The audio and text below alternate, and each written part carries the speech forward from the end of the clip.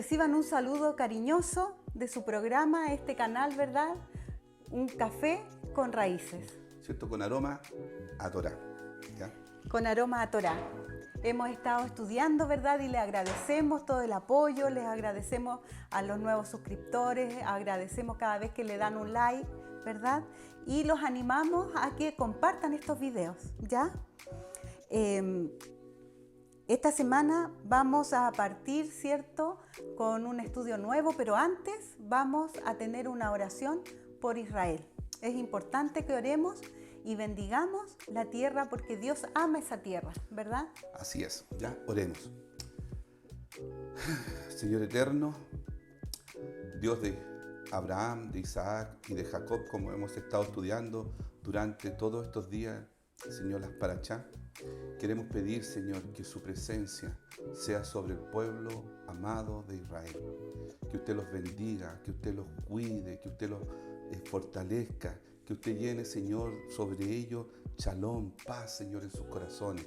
Padre amado, que todo lo que está pasando en ese lugar, en ese pueblo, Señor, sea, Señor, usted protegiendo y cuidando, Señor, ya de tal manera, Señor, que ese pueblo sea fortalecido. Oramos también por la paz en la región, en esa región, Padre amado, que su shalom, su paz sea sobre cada una de las personas, Señor. Allí, Señor, hay pueblo suyo, Señor, hay bendición también a través, Señor, de Ismael, como veíamos ayer, Señor, sobre los árabes, Padre amado. Lo pedimos, Señor, repudiamos, Padre amado, todo el daño que ha hecho este grupo terrorista, Hamás, no solamente a Israel, sino que también a su propio, Señor, compatriotas. Queremos que su presencia, Señor, sea sobre la región y sobre todo sobre Israel, para que usted, Señor, sea protegiendo y dando la victoria como lo ha hecho durante toda la historia bíblica, Padre amado. Todo esto se lo pedimos, Señor, en el nombre de nuestro amado Yeshua. Amén. Amén. Amén. ¿Ya? Bueno, esta semana comenzamos una nueva parachá que se llama Toldot, que ¿cierto? Es en plural, que es plural, ¿cierto?, de la palabra Toldá. ¿Qué significa? Generación. Descendencia, historia, memoria, crónica. Exactamente. La porción bíblica para esta semana está en Génesis, que también ¿cierto?, se llama Berechit en hebreo, ¿ya? Desde el capítulo 25 y del versículo 19 al capítulo 28, versículo 9, ¿ya?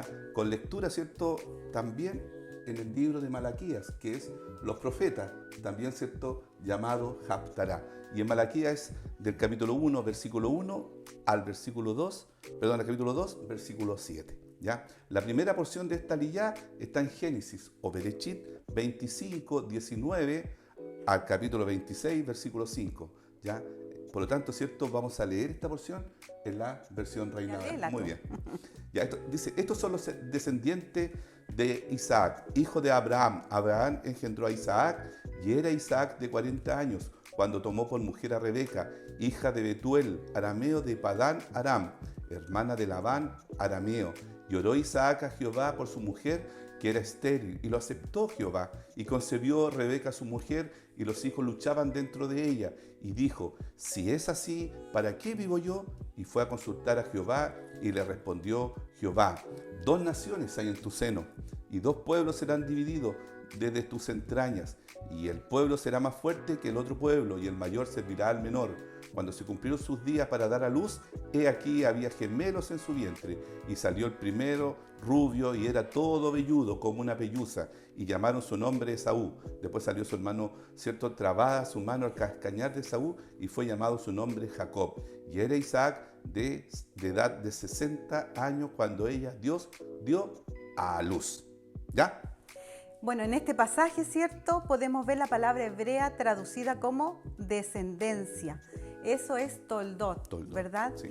Y que nos cuenta la historia de cómo Isaac y Rebeca tienen sus hijos y cómo impactan en la vida del pueblo del Eterno. En los versículos, ¿cierto?, en Génesis del capítulo 25, del 20 al 21, nos cuenta que Rebeca era estéril. Se vuelve a repetir el patrón, ¿verdad? Como muchas mujeres hebreas que encontramos en la Escritura. ¿Con cuáles? Como Sara, como Rebeca, como Raquel, como Ana, la madre del profeta Samuel. Abraham y Sara tuvieron que esperar más de 70 años para ver la respuesta de su promesa, de sus oraciones. Y Isaac y Rebeca tuvieron que esperar 20 años. Antes de tener hijos. De tener hijos, ¿verdad? Raquel tenía que esperar. Raquel esperó 14 años también. Y Raquel, ¿cierto? Era La esposa fue de la esposa, Jacob. ¿cierto? De Jacob, que viene más adelante. Y Ana fue estéril durante 19 años. Ahí se sigue un patrón, digamos, de fe, porque estas mujeres tuvieron que orar y esperar para recibir la bendición. Claro, en el versículo 26 está escrito que Isaac tenía 60 años, ¿cierto? Como leíamos recién, cuando su esposa dio a luz a Esaú y a Jacob. ¿Ya? Hubo 20 años de espera, ¿cierto? De larga espera. De larga espera, ¿cierto? Para ver el cumplimiento de la promesa, ¿cierto? Que Dios le había dado a Abraham y que incluso, ¿cierto? También trascendió a Isaac, ¿ya? Esto nos enseña varias cosas, ¿ya? ¿Cuál es la primera? Bueno, primero nos enseña que el camino con el Eterno no es un camino fácil. Está lleno de problemas y motivos para poder tirar la toalla, por así decirlo, ¿Cómo se ¿verdad? dice, ¿cierto? El camino de la fe consiste en confiar en el Eterno para poder superar todos estos problemas y ver cambios radicales en los momentos de crisis en las vidas. En la vida. Así como ha sucedido en nuestra vida y en la vida de todos los que están mirando también. Exactamente. Ya en Romanos 8, del 35 al 37, dice así: ¿Quién nos separará del amor del Mesías o de Yeshua? Tribulación, o angustia, o persecución, o hambre, o desnudez, o peligro, o espada, tal como está escrito: por causa tuya somos puestos a muerte todo el día, somos considerados como oveja, ¿cierto?, para el matadero. Pero en todas estas cosas somos más que vencedores por medio de aquel que nos amó. ¿Cómo podrías tú explicar este versículo? Bueno, aquí podemos ver que en todas las cosas que son tribulación a nuestras vidas, somos más que vencedores. No por méritos propios, sino por medio de nuestro Yeshua. Así es. Por eso Abraham e Isaac confiaron en el Eterno, porque era el único que podía solucionar lo que humanamente era imposible de resolver. En segundo lugar, ¿cierto? En este texto nos enseña que las promesas del Eterno, ¿cierto?, no se cumplen sin la colaboración nuestra, ¿cierto? Él dice algo, pero nosotros tenemos que poner nuestra parte también, ¿ya? Y una de las claves, ¿cierto?, de la oración, ¿ya? Sabemos, ¿cierto?, que Dios le había dicho a Isaac que iba a heredar las promesas dadas a su padre, ya, de que su descendencia, dice, sería como las estrellas y como la arena, y no se quedó quieto esperando pasivamente el cumplimiento de esas promesas. Se puso a orar para que se cumplieran. Y dice: y oró Isaac al Eterno en favor de su mujer. En este texto podemos encontrar algunas claves para tener éxito en la vida de oración, ¿ya? Qué importante es cuando el esposo ora por la esposa, ¿verdad? Esto nos da una tremenda lección. A veces los hombres son un poco confiados en que la esposa por sí misma puede ella buscar a Dios, pero el patrón o digamos el plan divino es que el esposo siempre esté orando por su esposa. Así es, ¿ya? Entonces, bueno, ¿cierto? Vemos algunos patrones o podemos sacar algunas conclusiones con respecto, ¿cierto?, a lo que hizo Isaac, ¿cierto?, cuando oró por Rebeca, ¿cierto? Primero, ¿ya? Isaac oró basado en las profecías que habían sido pronunciadas sobre la descendencia de Abraham y sobre él en particular. Por favor, lean Génesis capítulo 12, versículo 2 y Génesis capítulo 12, versículo 7, ¿ya?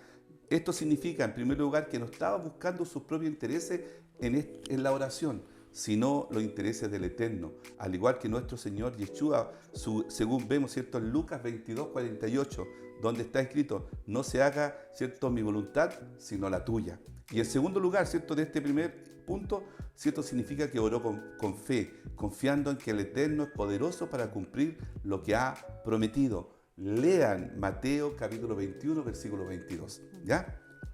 ¿Qué más podemos sacar de acá? Isaac dice que oró fervientemente, ¿ya? Aquí en Lucas capítulo 18 del 1 al 8 podemos ver una oración ferviente. Exactamente.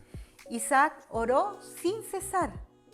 Podemos ver también cómo Daniel oraba 3 veces al día. Aquí hay un gran ejemplo de cómo debe ser nuestra oración en cuanto a persistencia, ¿verdad? Debemos imitar cómo oraba Daniel. Isaac intercedió por su esposa. Podemos destacar el hecho que es más potente orar por otros que por uno mismo. La intercesión es muy poderosa. Así lo enseña Santiago, capítulo 5, versículo 16. Entonces, ¿podemos hacer un resumen? Es importante la oración. Es ¿cierto? importante. O sea, todos los hombres que hemos visto han tenido, ¿cierto? Han sido hombres poderosos en oración. Y la oración trae respuesta, ¿ya? Y no solamente a los hombres de la Biblia, sino que también para nuestras vidas, ¿ya? ¿Cuántas veces hemos orado y cuántas veces hemos visto la mano poderosa de Dios en nuestra vida? Amén. Por aquella oración?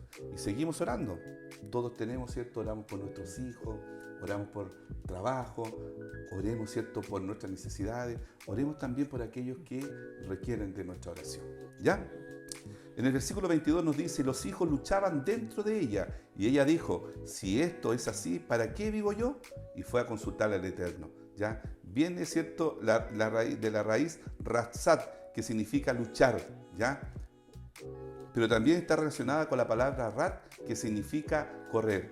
Por esto los rabinos interpretaron esta palabra en el sentido de que los niños, Esaú y Jacob, ¿cierto? Aparte de estar luchando dentro del vientre de su madre, querían salir corriendo, tenían apuro. Apuro, ¿ya? También se traduce el texto diciendo que se empujaban entre sí, ¿ya? En el versículo 23 dice, y el Eterno les dijo, 2 naciones hay en tu seno, y 2 pueblos se dividirán desde tus entrañas. Un pueblo será más fuerte que el otro, y el mayor servirá al menor. Estas 2 naciones jugarían un papel muy importante en la historia y especialmente durante estos últimos tiempos en relación con la venida del Mesías. Jacob es el padre de Israel y Esaú es el padre de Edom y el Imperio Romano. ¿Qué nos puedes contar sobre esto, David? Claro, lo importante en esto hay que entender, ¿cierto? Ahí habla de 2 naciones, ¿cierto? Estas 2 naciones, cuando hablamos de naciones, hablamos de la palabra hebrea goim o goyim, ¿cierto? Que significa fuera de pacto, ¿cierto? Gentiles. Gentiles, también significa principalmente gentiles, ¿cierto? Podemos darnos cuenta, entonces podemos hacer la pregunta, o sea, cuando está hablando de naciones en ese pasaje, goyim, que eran ciertos gentiles, podemos decir que Jacob también podría haber sido gentil. Lo que pasa es que cuando nacemos, ¿cierto? No nacemos con una religión como arraigada. Arraigada. Tenemos que, con el tiempo, nosotros mismos escoger a qué Dios servimos, ¿verdad? Exactamente. Acá nacieron 2 naciones. Una nación, ¿cierto? Como lo hemos visto hasta el día de hoy, ¿cierto? Cuando veíamos en Génesis, ¿cierto? El árbol del bien y el mal, acá habían 2 naciones. Una que era la promesa del Eterno, continuar, ¿cierto? Para que viniera Yeshua, y la otra nación era la nación, ¿cierto? Que iba a estar fuera del pacto, ¿cierto? Que no iba a encontrar o tener esa relación después, ¿cierto? Con Yeshua. Por lo tanto, ¿cierto? Después vamos a ver que Jacob hace todo, ¿cierto? Todo el intento y hace todo el esfuerzo para seguir los pasos. Por eso dice, ¿cierto? Jacob, tú que guardaste mi mandamiento, guardaste mi precepto y guardaste, ¿cierto? Todo lo que yo te di, y con Esaú, ¿cierto? No lo hizo. ¿Ya? Entonces, también aquí vemos las 2 simientes, podríamos ver también. Tal cual como lo vemos en el Edén, que hay 2 simientes, ¿verdad? Exactamente. Por ejemplo, acá también podemos darnos cuenta que en estas 2 naciones saldrían 2, es cierto, podemos ver los reyes. En el caso de Salomón, que edificó, ¿cierto?, el templo del Eterno, ¿ya? Y Salomón venía del linaje o de la simiente, ¿cierto?, de Jacob.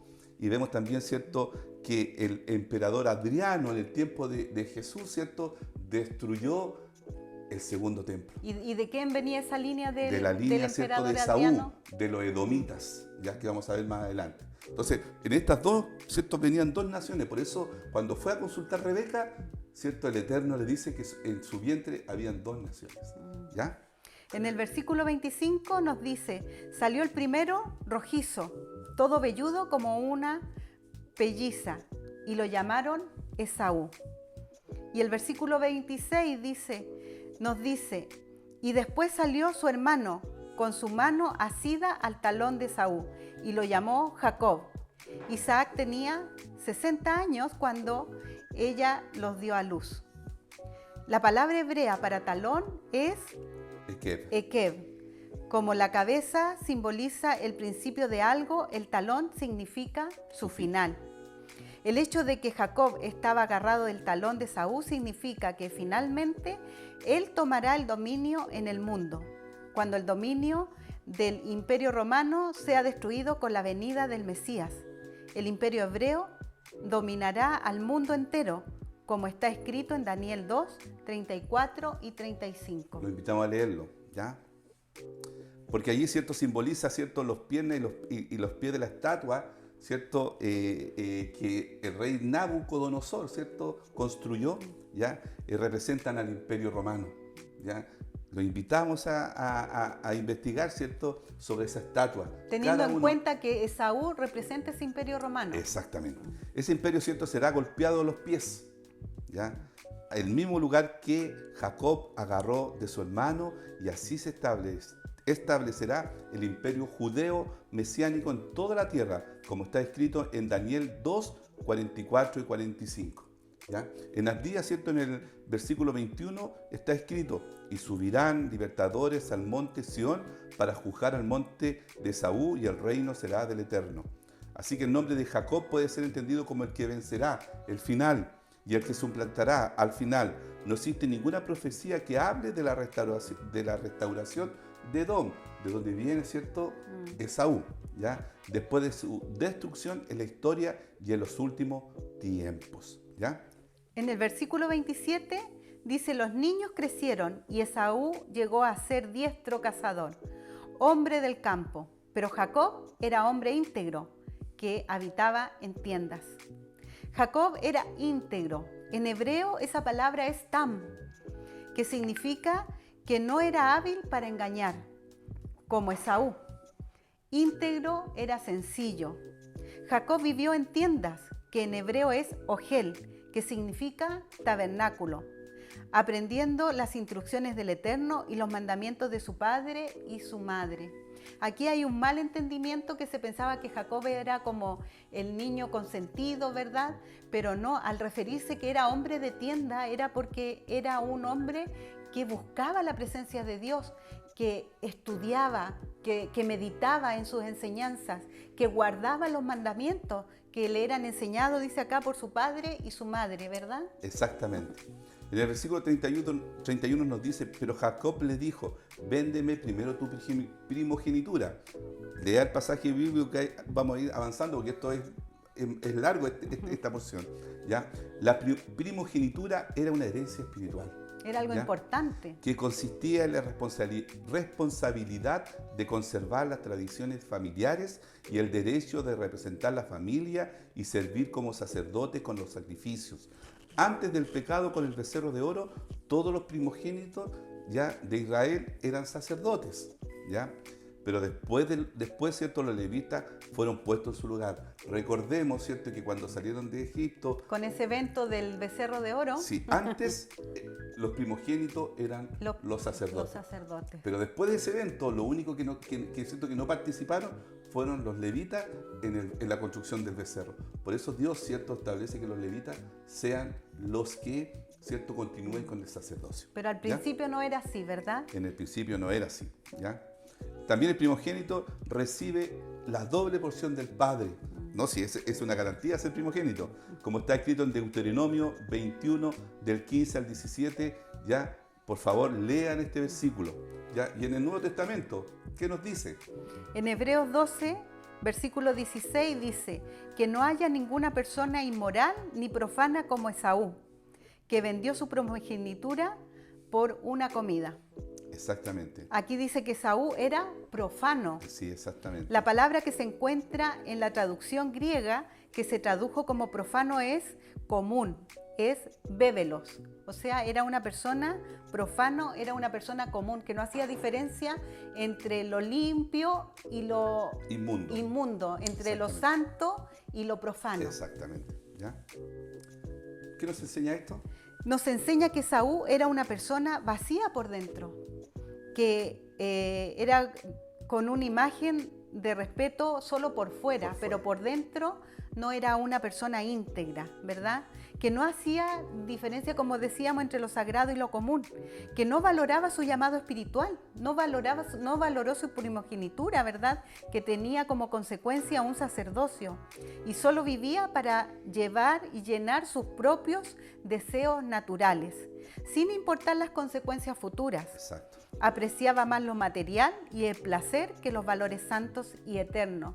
A veces esto lo vemos nosotros, ¿cierto? Hay personas que son como tibias y son más dadas a poder satisfacer sus deseos carnales antes que satisfacer la voluntad del Padre. Como dice Pablo, ¿cierto? Como lo dice Pablo. Que somos, ¿cierto?, carnales, ¿ya? Y los que viven, ¿cierto?, en la carne, viven bajo todo, ¿cierto?, estas concupiscencias y estos placeres. Y estos malos ¿ya? deseos. Exactamente. Sí. Entonces vemos acá que Jacob despreció el plan de redención que había sido revelado a Abraham y a Isaac. Con su manera de ser dañaba la imagen del Eterno y él no podía ser el representante de esta familia del Eterno que él había escogido, ¿verdad?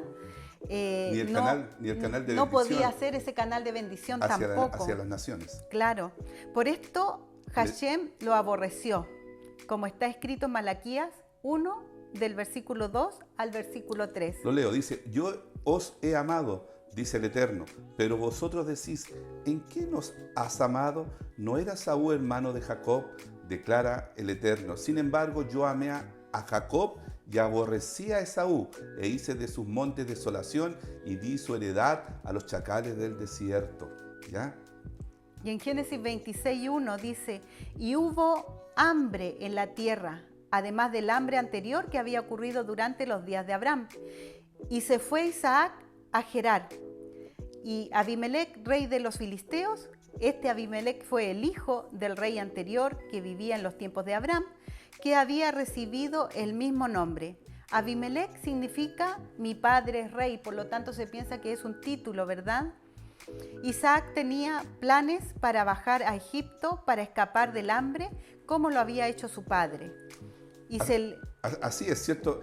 Ya pasamos ahora al capítulo 26, versículo 1, ¿cierto? Donde ya había nuevamente una hambruna en esa área, ¿cierto?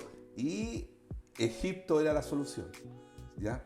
Pero ¿qué dice el Eterno, cierto? En el versículo 2 dice: y se le apareció el Eterno y le dijo: no desciendas a Egipto, le dijo a Isaac, ¿ya? Que es de la tierra que yo te diré. Isaac había nacido en la tierra de Israel, ¿ya? Y además había sido ofrecido como sacrificio al Eterno. Esto fue una prueba de fe para Isaac. Había hambre. Cuando sí, tenemos hambre, nosotros podemos ver, ¿cierto? Se ponen mal genio los hombres. No, y cuando hay, ¿cierto? Lo vemos en nuestro país, ¿cierto? Cuando hay una huelga, ¿cierto? Se llenan los supermercados. Se desesperan. Se saca toda la comida. Yo creo que Isaac, por lo que dice, ¿cierto? También entró un poco en esa necesidad, ¿ya? Pero que fue una prueba de fe para él, ¿ya? Cuando el Eterno le dice: no, quédate acá, ¿ya? ¿Ya? Porque Egipto, ¿cierto?, representa el sistema de este mundo cuando estamos en una crisis. Increíble, ¿eh? Qué increíble. Lo primero que recurrimos es una solución rápida. Esto que y está no acá, esperar en nuestro Padre. Exactamente, ¿cierto? Acá lo podemos ver. Ya nos caemos en la desesperación y hacemos cosas que el Eterno no nos ha dicho. No somos tan diferentes. No somos tan diferentes, ¿ya? Cuando estamos en una crisis, ¿dónde buscamos nuestra ayuda cuando estamos en una crisis? Hagámonos esa pregunta: ¿en el mundo o en el Eterno? ¿Ya? ¿Confiamos en las promesas que el Eterno, ¿cierto?, que Yeshua nos ha dado? ¿Ya? Isaac tenía que confiar en la promesa del Eterno para poder seguir viviendo en una tierra que no producía, ¿ya? ¿Qué dice el versículo 3? Dice: reside en esta tierra, y yo estaré contigo y te bendeciré, porque a ti y a tu descendencia daré todas estas tierras, y confirmaré el juramento que juré a tu padre Abraham. Aquí viene la promesa que iba a sostener, ¿cierto?, a Isaac en la hambruna. Si él es capaz de confiar en medio de ella, será prosperado en medio de todos los problemas. Exacto, en el versículo 4 dice, del capítulo 26 dice, y multiplicaré tu descendencia como las estrellas del cielo, y daré a tu descendencia todas estas tierras, y en tu simiente serán benditas todas las naciones de la tierra. Acá podemos ver, ¿cierto?, que el Señor nuevamente, igual que a su padre, ¿cierto?, le dice, y tu descendencia será como las estrellas. Abraham le había dicho, ¿cierto?, como la arena del mar, ¿ya? Pero a él le está diciendo como las estrellas del cielo, ¿ya? Y dice, y serán benditas, dice, todas las naciones. A Abraham le dice que serán benditas las familias, ¿ya? Abraham es nuestro padre, por eso es algo íntimo, ¿ya? Y se complementa una bendición con la otra. Exactamente, la familia es lo más importante, ¿ya? De una sociedad, pero después viene la nación, ¿ya? El país. Por lo tanto, ¿cierto?, a eso se está refiriendo en esta parte, ¿cierto? 2 veces se repite la promesa de que su descendencia recibirá todas estas tierras por un lado, y hace una clara referencia a que los hijos de Abraham van a heredar la tierra de Israel y todas las tierras del mundo estarán bajo su dominio, como está escrito en Romanos capítulo 4, versículo 13, que dice, porque la promesa a Abraham o a su descendencia de que él sería heredero del mundo no fue hecha por medio de la ley, sino por medio de la justicia de la fe, ¿ya? Por otro lado, ¿cierto?, es una referencia al Mesías que será el gobernante de toda la tierra, según el versículo que estábamos leyendo, ¿cierto?, en Génesis, ¿ya? ¿Cierto? Y dice en Lucas 1, 32 y 33, este será grande. ¿De qué está hablando? De Yeshua, del Mesías, y sería llamado Hijo del Altísimo, y el Señor Dios le dará el trono de su padre David, y reinará sobre la casa de Jacob para siempre, y su reino no tendrá fin. ¿Ya? Todas las naciones, aquí se usa la palabra nuevamente Goyim, ¿cierto? Naciones, a diferencia del versículo 12:3 en Génesis, donde dice Mispajot, familias. Una nación es mayor que una familia, como estábamos explicando, ¿ya? Esto es una nación, ¿ya? Por lo tanto, ¿cierto?, es importante, ¿cierto?, lo que Dios le promete a Abraham en medio de una crisis, ¿ya? Recordemos que estamos en medio de una crisis, sí. Y Dios le sigue prometiendo la fe de Isaac, perdón, ¿cierto? Isaac, vemos la fe que tú tienes que tener para poder quedarse allí, porque Dios le estaba prometiendo algo muy grande. Pero él aprendió de su padre, aprendió la fe desde su padre. ¿Ya? En el versículo 5, ¿qué dice? Dice, porque Abraham obedeció mi voz y guardó mi ordenanza, mis mandamientos, mis estatutos y mis leyes. Aquí aparecen 5 palabras diferentes y es importante destacar que aquí dice que Abraham guardó sus estatutos, sus decretos y sus ordenanzas. Y sus leyes, dice acá, ¿cierto? Guardó todo, pero como si todavía no habían sido dadas en el monte. Exacto, todavía no Sinaí, ¿verdad? Todavía no estaban los mandamientos. Pero sí, él había tenido este encuentro con Dios y Dios mismo, bueno, y a través de quien le enseñó, ¿verdad?, anteriormente, le fueron entregados todo el conocimiento que necesitaba para enfrentar la vida. Y lo más importante acá en esto, Nati, es que nosotros muchas veces decimos, ¿cierto?, cuando hablamos de los mandamientos, de cumplir los mandamientos, ¿cierto?, creemos y sabemos que es desde cuando Dios se lo dio a Moisés. Pero hay que tener claro de que los mandamientos estaban de antes. Desde antes. Con Moisés estuvieron escritos. Por eso cuando se habla de la Torá oral, son estos mandamientos. Que eran transmitidos de padre a hijo. De generación en generación. ¿Ya? Bueno, acá podemos sacar, ¿cierto? Hay 5 palabras clave, porque dice, pero Abraham obedeció mi voz.